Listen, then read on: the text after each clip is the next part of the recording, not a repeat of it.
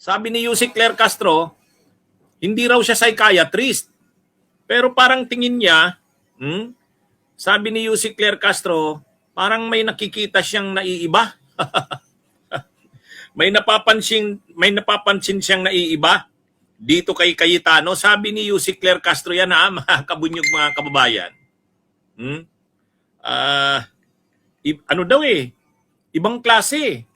Ang mga pinagsasabi, ang pinagagawa ngayon ni Alan Cayetano, sabi ni Yusek Claire Castro, parang may something.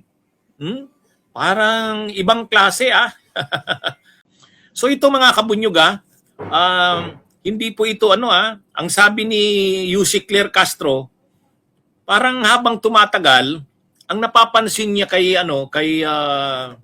Alan Peter Cayetano, paiba ng paiba ang paiba ng paiba ang nangyayari, lumalala.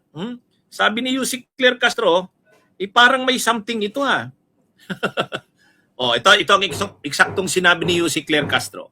Hindi naman ako psychiatrist, kaya lang hindi ko alam kung pag na-stress ba siya o naku-call out siya dahil baka hindi siya sanay na naku-call out. O yun, sabi yan ni Yusek Castro. Parang may something na di ko alam kung anong something yan. Kasi when you say something na parang may hidden agenda, hidden something, parang may something na alam naman natin ang ibig sabihin ni Yusek Castro sa ganyan. Kabunyog, yung mukhang kailangan magpatingin nga sa psychiatrist. Hindi lang naman si Yusek Castro ang nakakapansin yan. Lalo na ang mga netizens, lalo na tayo.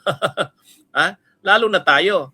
Pero yung official na tagapagsalita, yung Palace Press Officer, mag-comment ng ganyan, dapat seryosuhin yan ni Alan Cayetano.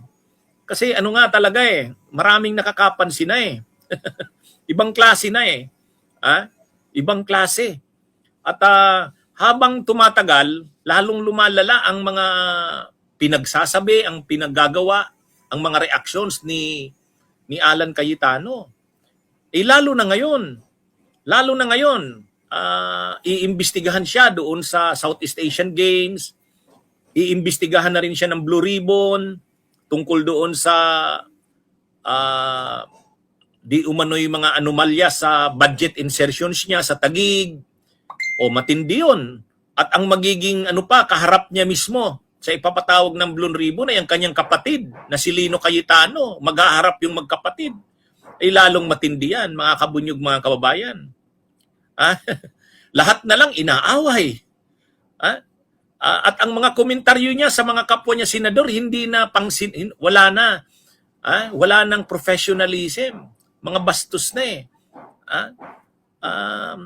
mga kabunyog, ibang klase na.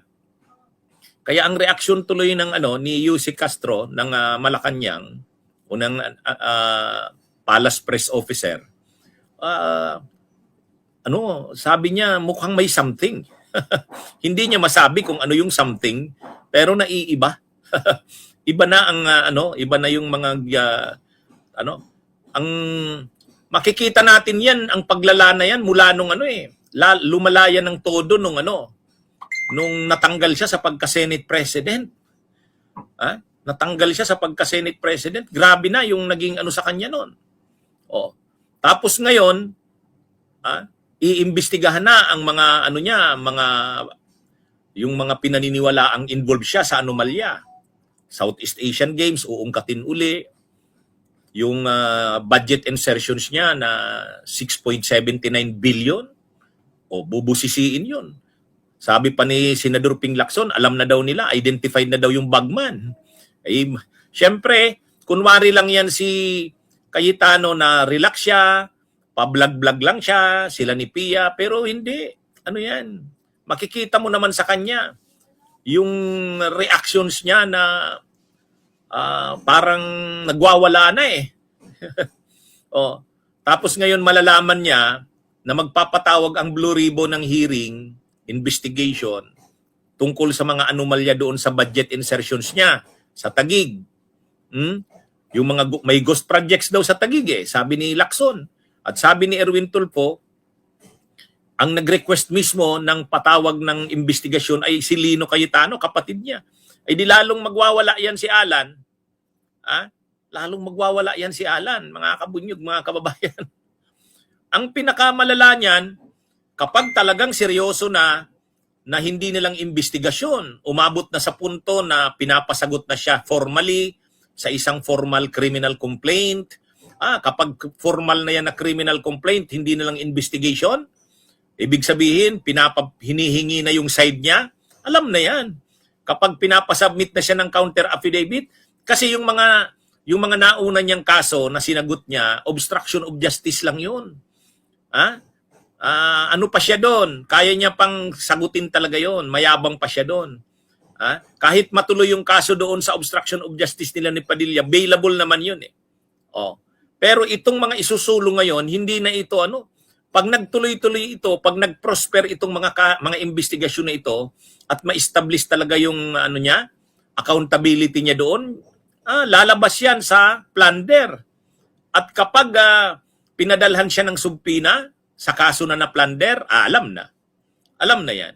Kapag pinadalhan na siya ng subpina sa kasong plunder, alam na yan. Naghihintay na ang paglalagyan sa kanya. Sabi nga ni Senador Ping Lacson, ang paglalagyan sa kanya ay ang Payatas, New Quezon City Jail. Ayan ha. Kaya medyo ito mga kabunyog. Medyo seryoso. Ang observation na yan ni Yussi Claire Castro ay marami ring nakakapansin. Marami na. Bunyog, bunyog, halikan na kasama ka. Bunyog, kapag buklod ay may pag-asa. Luzon, Visayas, Mindanao, isa ang pananaw. Sa bagong Pilipinas ang bunyog isisigaw. Bunyog, bunyog, bunyog. Bunyog, bunyog, halikan na kasama ka. Bunyog, kapag buklod ay may pag-asa. Luzon, Visayas, Mindanao, isa ang pananaw. Sa bagong Pilipinas ang bunyog isisigaw. Bunyog.